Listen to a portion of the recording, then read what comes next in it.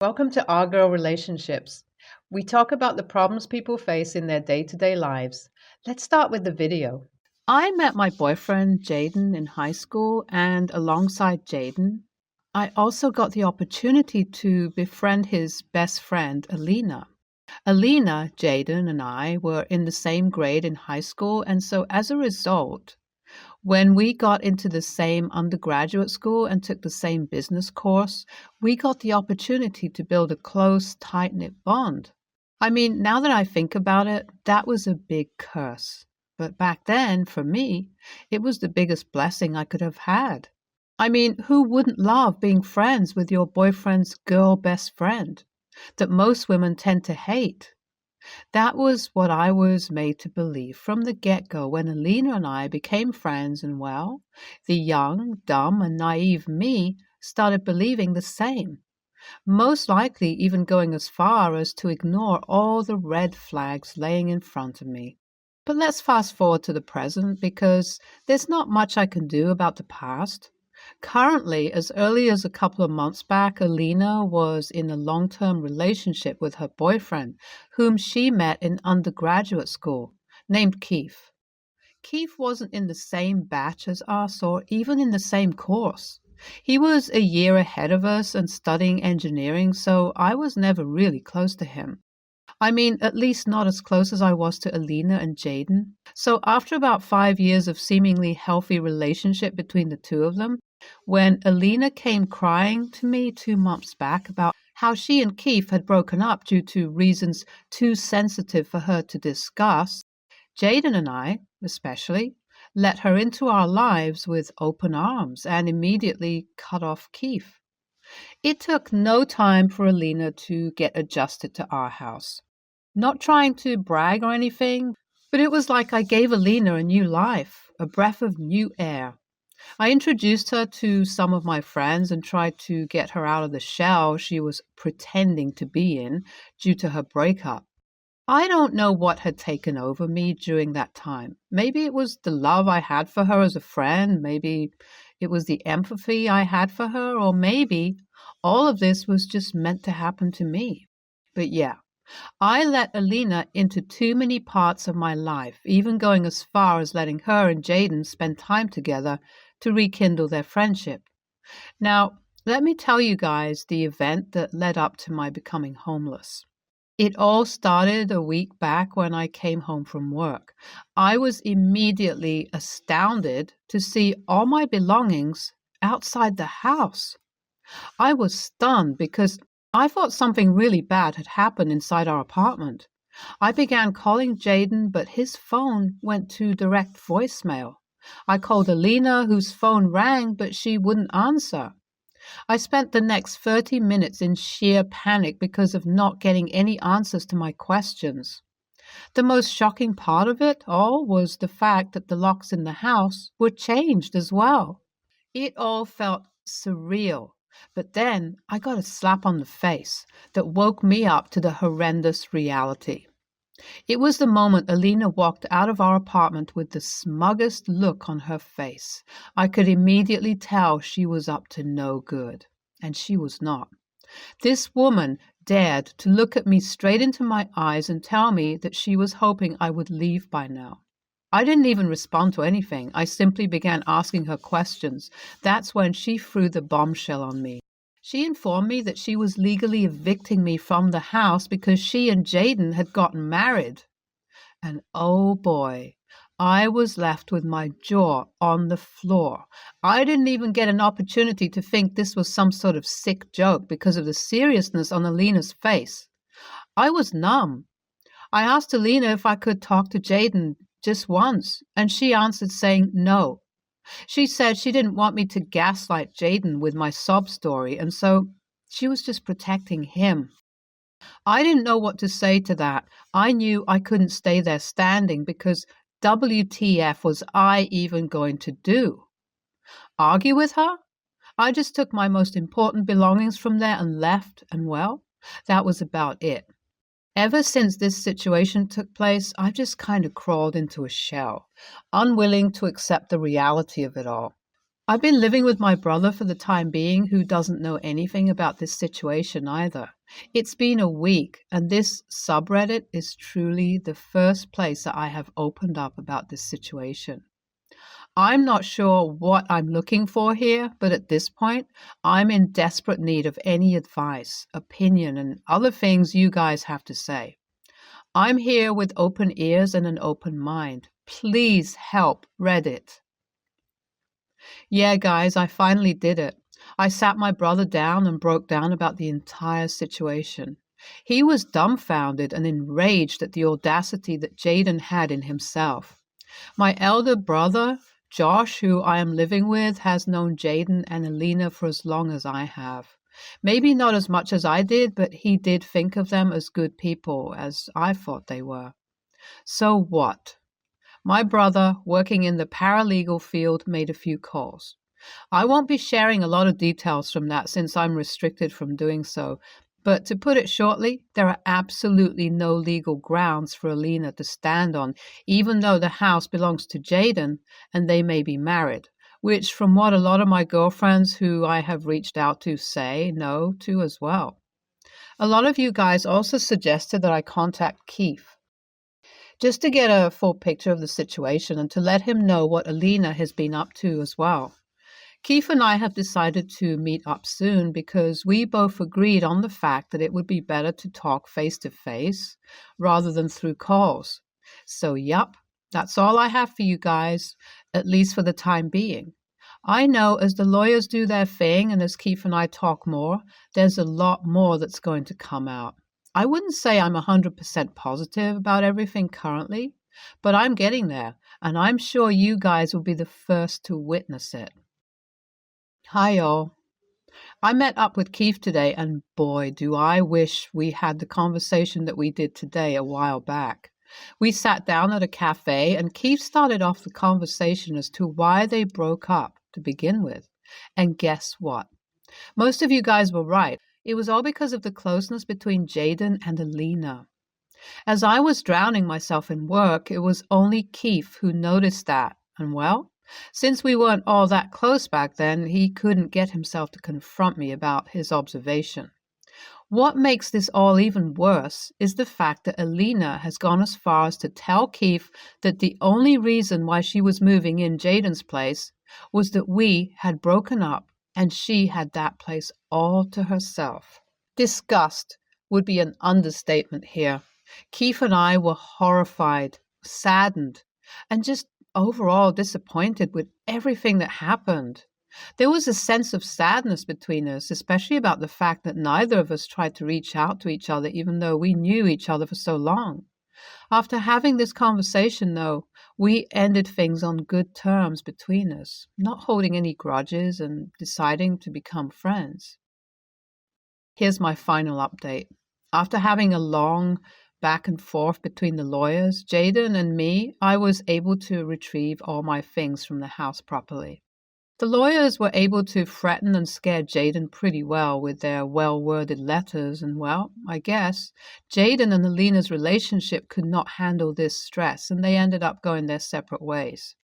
After the breakup, Jaden reached out to me a couple of times to talk, where he revealed to me how they were never really married, and that he was basically forced into a relationship with Alina after having a drunken one-night stand with her.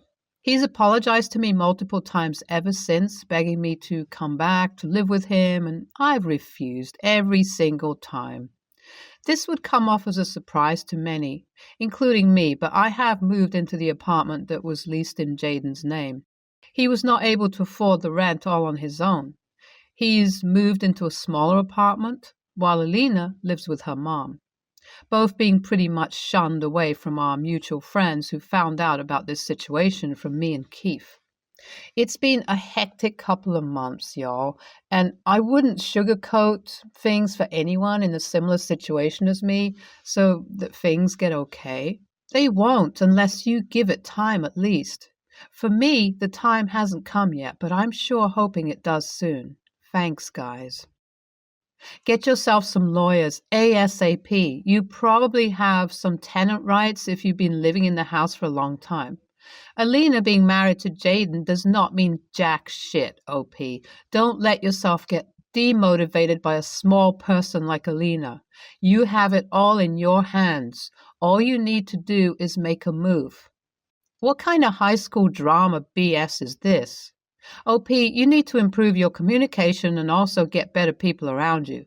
Throughout the post, I saw you talking to absolutely everyone about what's been going on except for Jaden, until you posted the update. I know you're still learning and everything, but please consider this change as well. Why didn't Keith reach out to you earlier? Why didn't Jaden just leave Alina once she began threatening him? Bruh, everyone in this post is such a character. You all need to improve communication amongst yourselves. Otherwise, be ready to keep coming across more and more Alinas. BG. I was an affair baby, though it's complicated. My mom was not married. She was actually divorced from my sister's bio dad, but they were back together and had my sister. Mom treated him like crap. He left her, and then I was born a few months later. When I was 6 months old, my mom got arrested. The man I have known as my dad my whole life, sister's bio dad, did not want us to grow up apart, so he took me in. My bio is a POS. He had a son after me and was trying to use him to get to me. Dad tried to help us have contact, but bio showed to be not a good parent, and so Dad reported him to CPS. Dad ended up adopting him too, so the three of us were raised together.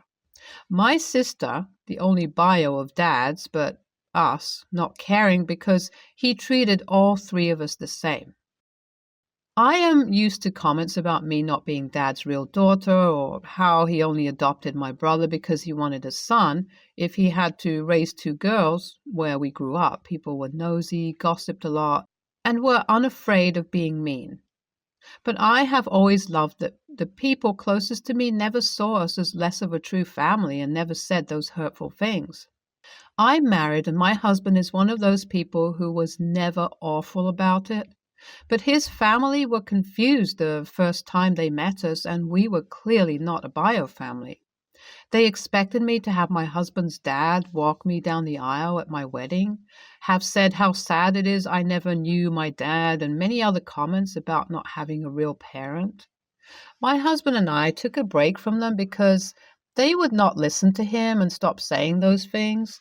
They apologized, and we had just started being around them again when they said our future children would at least have 2 grandparents. My husband said our kids would have 3. They brushed him off, so we were done again. But I was so mad that I really leaned in on what they were saying. I pointed out how terrible it is to have a dad who loves his kids regardless of blood, and instead 2 criminal parents would have been better, parents who would not be good to their kids. And I went into details about just how bad things would have been with bio and how messed up my mom is. I wanted them to feel bad for ever implying the man who saved my brother and I and who raised us was less than our parent. And it worked. They were mad, though, and said on top of depressing everyone, I was an a-hole for trying to make them feel like crap. My husband thought it was amazing because it really stopped them in their tracks. But now I feel like I might have gone too far, especially with the anger his family showed. AITA? Your real dad, the man who loved and raised you, sounds like an amazing person. He more than makes up for you and your husband's crappy birth parents. NTA for explaining the reality of the situation to your in-laws. Sorry if they don't like having feelings, I guess. NTA, how wonderful that you had a dad to love you and take care of you and your siblings when your bio parents were not able to.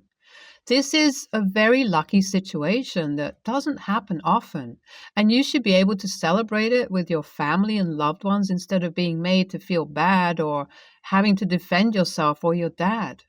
Your husband's parents don't seem like great people, so maybe you can cut ties. And if you and your husband are okay, then he and your future kids can keep a very basic relationship with them. If your husband's parents can be civil, please remember this. You don't have to suffer just because you married their son. NTA.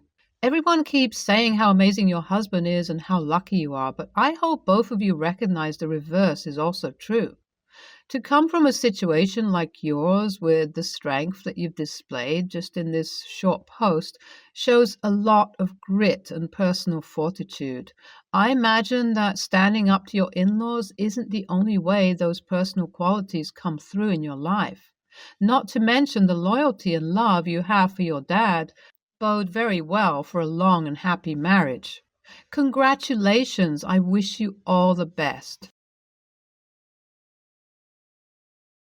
My fiance and I are due to get married in June of next year. Our wedding is not going to be very fancy overall, and we're not doing all the traditions. Being raised by a single mom, I decided to walk with her and my sister, who is my bridesmaid. My fiance decided he wanted to walk with his 3 siblings, who are his best people. The 4 of them are very close, so all got an equal spot. My fiance has a stepmother. She's been married to his dad since he was 10, 11-ish. She married his dad 2 years after his mom's death. She has always felt like the 4 were her kids, but they do not return the sentiment toward her. My fiance has told me before he often felt like she was insensitive to their loss and that he always felt as though she believed she was entitled to be their mom without trying to acknowledge or help honor their actual mom. So my fiance tolerates her existence, but is also not close to his father due to the trouble from his childhood. For the most part, his father does not seem to care that Ford's 6 kids, he has 2 with his current wife, are not close to him and have more of a distant extended family relationship with him. My fiance's stepmother told him she wanted to do a mother and son dance with him at his wedding because she saw from my mom's Facebook that we were doing one together. Mom has posted about needing to practice, etc. My fiance told her she was not his mother, so they would not be doing one. She tried to change his mind, but ultimately failed.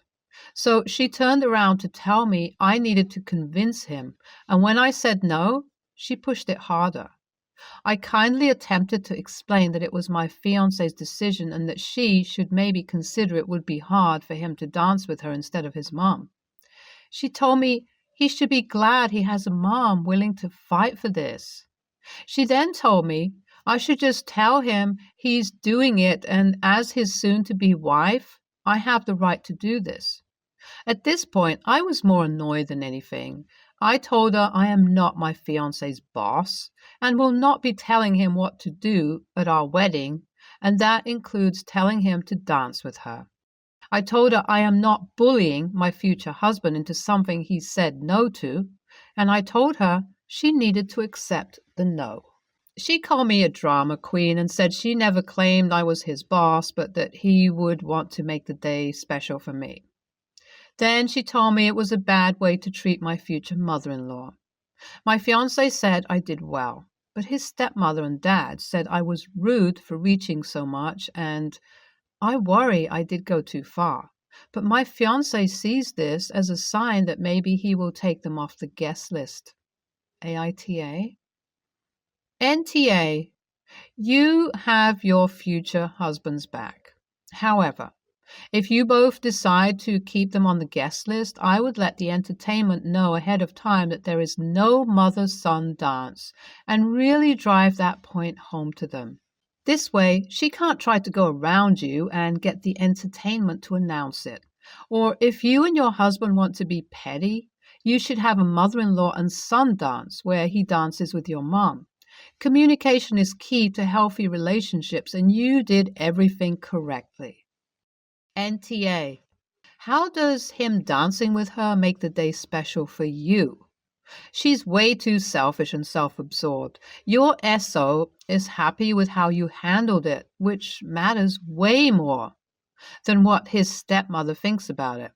And she's not going to be your mother-in-law. She's going to be your stepmother-in-law. The fact that she still doesn't get that just goes to show that she's not too concerned about reality. Does she have a living mother? Maybe y'all ought to ask her how she'd feel if her mom died and some other woman tried stepping in after her death and telling her to call her mom after that. This woman seems to lack a whole lot of empathy. I think your SO has it right, considering removing them from the guest list. They don't understand that this wedding is not about them, but about the two of you and what will make the two of you happy. I think your fiancé has just been given proof that the person he intends to spend the rest of his life with is a true partner, friend, and unwavering support. Well done, you, for refusing to countenance such an absurd proposal. The idea that you can order him to do something because it's your right to do so as his wife is simply preposterous. Mind you, it gives you an idea of just how miserable his father's life must be. NTA, and enjoy your wedding without, it would appear, your in-laws. Good luck to you both.